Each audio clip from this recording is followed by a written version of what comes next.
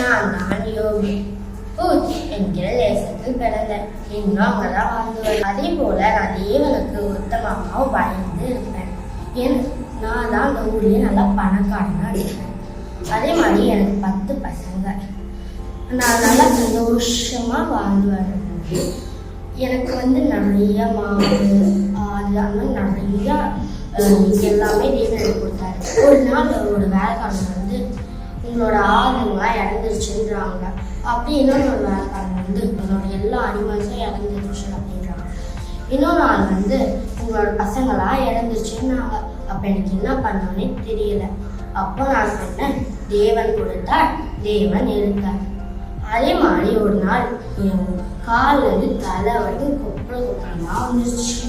கையெல்லாம் ஒரு மாதிரி எரியும். எங்கேயாவது இருந்துச்சுன்னா ரத்தமா வரும்.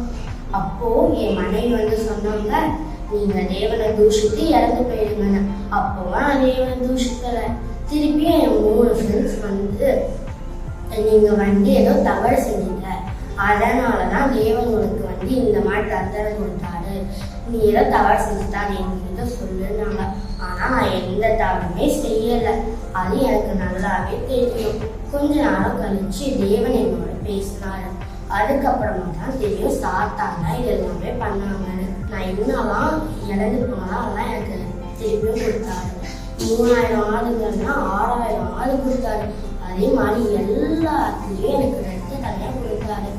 அதே மாதிரி திருப்பியும் நான் எனக்கு 10 பசங்க நல்லா பணக்காரனா இருந்தேன். நான் திருப்பியும் தேவன் நான் இன்னும் இறங்கினோம் அதெல்லாம் கொடுத்தாரு. திருப்பியும் பணக்காரனா நான் ரொம்ப சந்தோஷமா இருந்தேன். நீங்களும் தேவனை தூஷிக்காதீங்க. அப்பதான் உங்களுக்கும் எல்லாமே டபுள் மடங்கா கிடைக்கும்.